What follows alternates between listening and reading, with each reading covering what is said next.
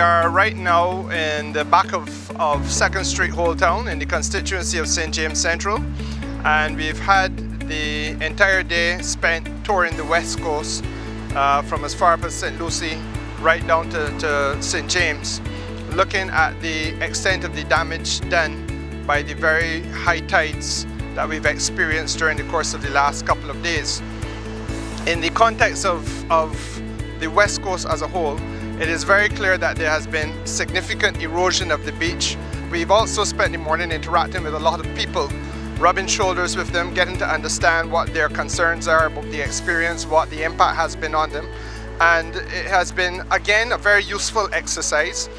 One of the things that has become very clear is that in the west coast as a whole, there has been successive issues of coastal erosion as a result of wave action, sometimes born out of tropical storms passing nearby, sometimes born out of unusual weather conditions such as what we experienced in the course of the last week. And in the whole, the experience has been that whenever this kind of erosion has taken place, unfortunately, government has been absent.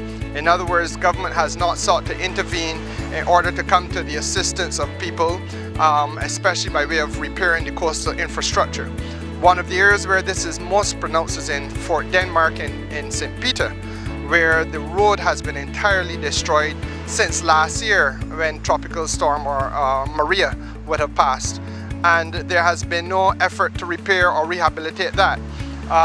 We came across an area again on the border of St. Lucie where substantial damage was done to a beach bar, and the surrounding infrastructure was never repaired or replaced by government.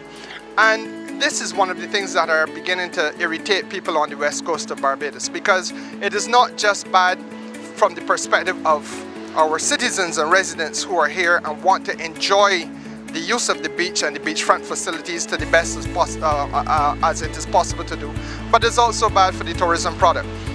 And you can't honestly expect that a country which is resting so heavily and relying so heavily on tourism can have a situation where major parts of our coastal infrastructure get affected and remain in a dilapidated or deteriorated condition for months on end. As we have talked to people, we've come across a lot of residents who are entirely dissatisfied and very frustrated by this approach. Again, it is one of the benefits of what the Barbados Labour Party is doing. Coming out here, rubbing shoulders with people, interacting with them, trying to get a feel for what is on their minds, what the reality is on a day-by-day basis for them. And we are satisfied that this has given us an opportunity to, again, reflect a little bit more on some of the ways in which we can constructively intervene once given the reins of government in order to bring some solutions to people in the affected communities.